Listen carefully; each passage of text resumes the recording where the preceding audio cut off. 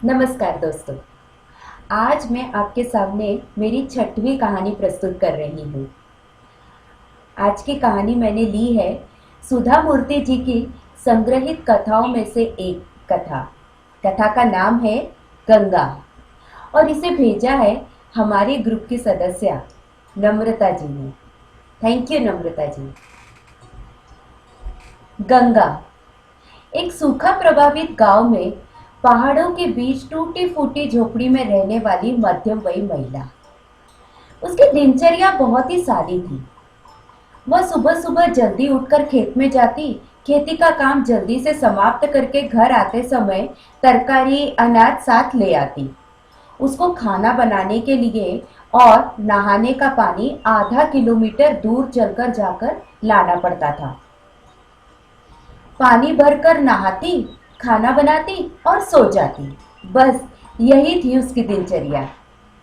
गंगा अपने इस रूटीन से बहुत ही बोर हो चुकी थी।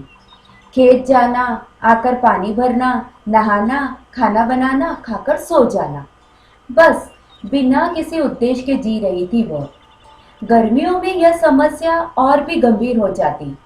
खेत में काम करने का भी कम कम रहता था और पानी भी कम मिलता था। एक दिन गंगा खेत से वापस लौटकर आई तो कुछ थकान महसूस कर रही थी। नहाने के बाद वह खाना बनाने के लिए जा ही रही थी कि उसको उसकी झोपड़ी के सामने एक वृद्ध भिखारी दिखा। उसको देखकर पहले से ही परेशान बैठी गंगा ने चिल्लाई, बोली, मैंने अभी कुछ खाना नहीं बनाया है और मेरे पास चावल भी बहुत कम है। कल आना, शायद मैं तुम्हारी कुछ मदद कर सकूं। वृद्ध भिखारी कुछ भी नहीं बोला और वहीं खड़ा रहा। गंगा फिर बड़बड़ाई। तब वह बोला, अक्का, मुझे खाना नहीं चाहिए है। क्या तुम मुझे नहाने के लिए गुनगुना पानी दे सकती हो? मेरा पूरा बदन गर्मी के कारण जल रहा है। कहीं सुना है मैंने, गुनगुने पानी से नहाने से खुजली दूर हो जाती है। पूरी रात नहीं सो पाया हूँ अक्का। गर्मी में रास्ते की धूल और भी परेशान करती है इस बुढ़ापे में। गंगा को उस बूढ़े भिखारी की मांग सुनकर बहुत आश्चर्य हुआ और गुस्सा भी आया। वह बोली, यहाँ पानी आसानी से नहीं मिलता। आधा आधा किलोमीटर दूर चलकर जाना पड़ता है और गर्म पानी के लिए, आग लगाने के लिए सूखे पत्ते इकट्ठा करना पड़ते हैं जंगल जाकर। मैं तुम्हारी कुछ मदद नहीं कर पाऊंगी, जाओ अभी तुम।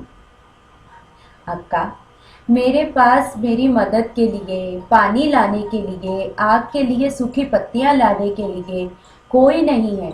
मैं बेचारा बूढ़ा भिखारी। तुम कितनी सुखी हो। रहने के लिए झोपड़ी है, पानी भरकर रखने के लिए बर्तन और बर्तन को सुरक्षित रखने के लिए जगह। सब कुछ है तुम्हारे पास। सचमुच तुम बहुत ही सुख संपन्न हो। अगर तुम्हें पानी नहीं देना तो मत दो, मैं चला जाता हूँ। गंगा को यह सब सुनकर कुछ अलग परंतु खूब सुखकारी अनुभूति हुई। इससे पहले कभी भी किसी ने उसे सुख संपन्न ऐसा संबोधित नहीं किया था और ना ही किसी ने उसको अक्का बोलकर बुलाया था। कभी भी किसी के काम भी नहीं आई थी वो। ये सब उसके लिए बहुत ही अलग अनुभूति थी और शायद इसीलिए उसे बहुत अच्छा लगा।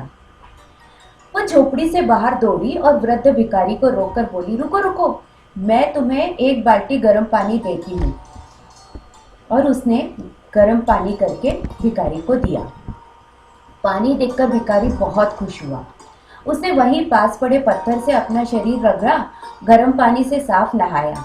नहाने के बाद उसने अपने पास के थैले से साफ कपड़े निकाल के बदले और गंगा के पास आकर बोला, भगवान तुम्हें हमेशा सुखी रखे, और चला गया। दूसरे दिन जैसे ही गंगा फिर खाना बनाने के लिए बैठी तो वह भिखारी फिर से आके खड़ा हो गया। गंगा को बहुत गुस्सा आया और उसको देखकर भी नजरअंदाज कर दिया। वह भिखारी वहीं खड़ा रहा। बाद में वह गुस्से से चिल्लाई और पूछा, आज फिर क्यों आए हो तुम यहाँ पर? अक्का, कल रात में को बहुत आराम से सोया मैं। बहुत दिनों के बाद चैन की नींद लगी मुझे। कृपया आज फिर से एक बाल्टी बाल्टी गुनगुना पानी दे दोगी मुझे? गंगा कुछ नहीं बोली। उसके मन में द्वंद्व चल रहा था। दिमाग बोल रहा था नहीं और मन कह रहा था हाँ। वृद्ध भिखारी उत्सुकता से उसका इंतजार कर रहा था। गंगा ने पानी भरे हुए बर्तन देखे। 3 बाल्टियां पानी भरी हुई थी। बिना कुछ बोले उसने एक बाल्टी का पानी गर्म करके उसको दे दिया। उसने पानी लिया, नहाया और आशीर्वाद देके चला गया।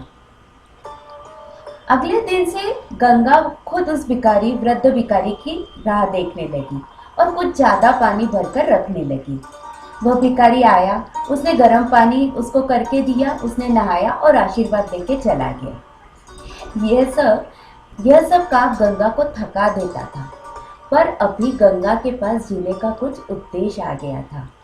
वह किसी का इंतजार करने लगी थी। कोई उसे रोज आकर आशीर्वाद देके जाता था। उसे बहुत अच्छा लगता था। 1 सप्ताह के बाद उसे पता था कि वह वृद्ध आदमी अब नहीं आएगा। एक दिन उसने देखा 2 नए वृद्ध भिखारी उसकी झोपड़ी की तरफ चलकर आ रहे हैं। बहुत बेकार हालत में और शरीर को खुजलाते हुए वो उसकी तरफ बढ़ रहे थे। गंगा को समझ में आ गया कि अब आगे क्या होने वाला है।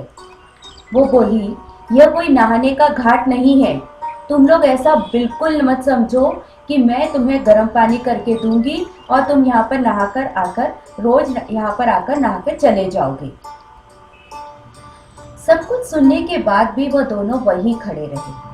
वो बोली, अक्का थोड़ा गर्म पानी दे दो ना। यह सचमुच बहुत बीमार है, रात भर सोया नहीं। आप 1 बाल्टी पानी गर्म करके दे दोगे तो हम लोग आधा आधा बांट लेंगे। 1 बाल्टी पानी दे दो ना अक्का। गंगा को पता था बिना नहाए ये लोग यहाँ से जाने वाले नहीं हैं।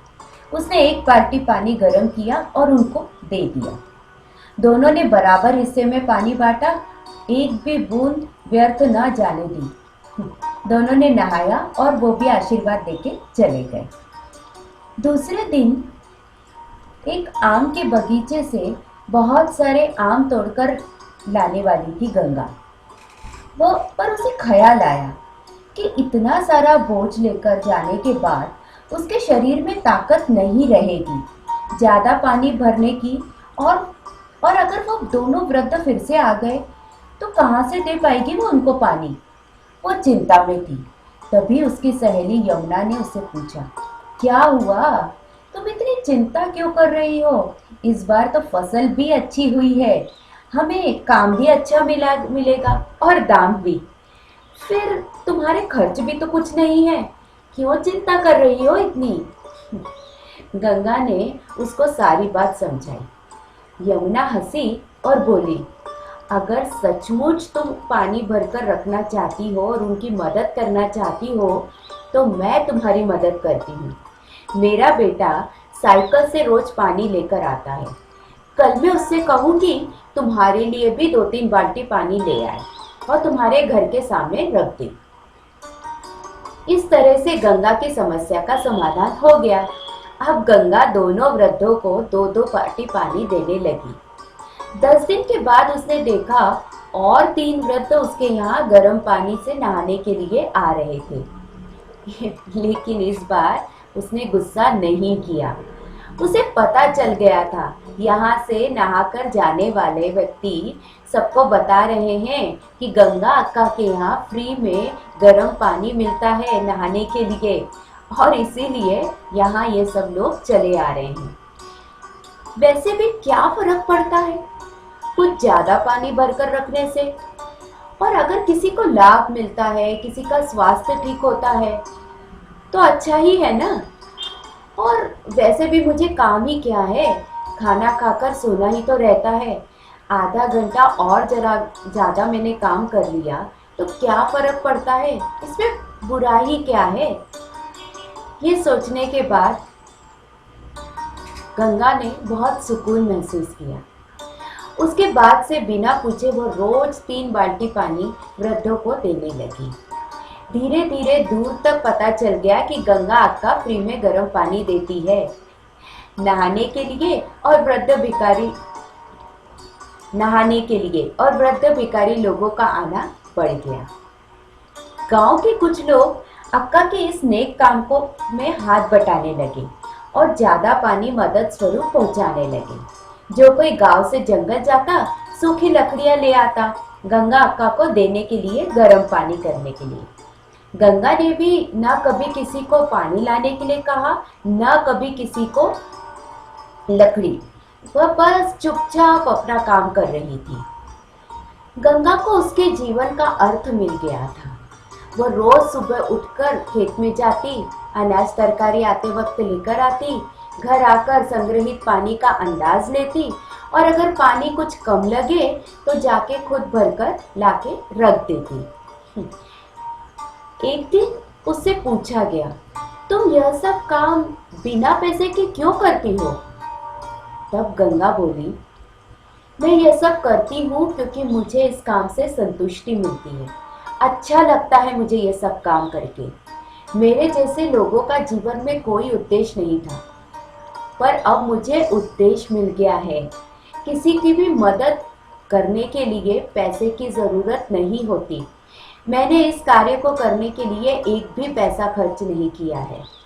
इस सूखे उजाड़ जगह पर त्वचा रोग बहुत ही होता है और अगर मेरे 1 बाल्टी गर्म पानी देने से लोग रोग मुक्त होते हो तो ऐसा करने में हर्ज ही क्या है? उस समय मुझे गंगा अक्का की फिलॉसफी समझ में आई। सही है, मनी कम्स विथ एक्सपेक्टेशन। पैसों का व्यवहार सामाजिक कार्यों के महत्व और उद्देश्य दोनों को कम कर देता है।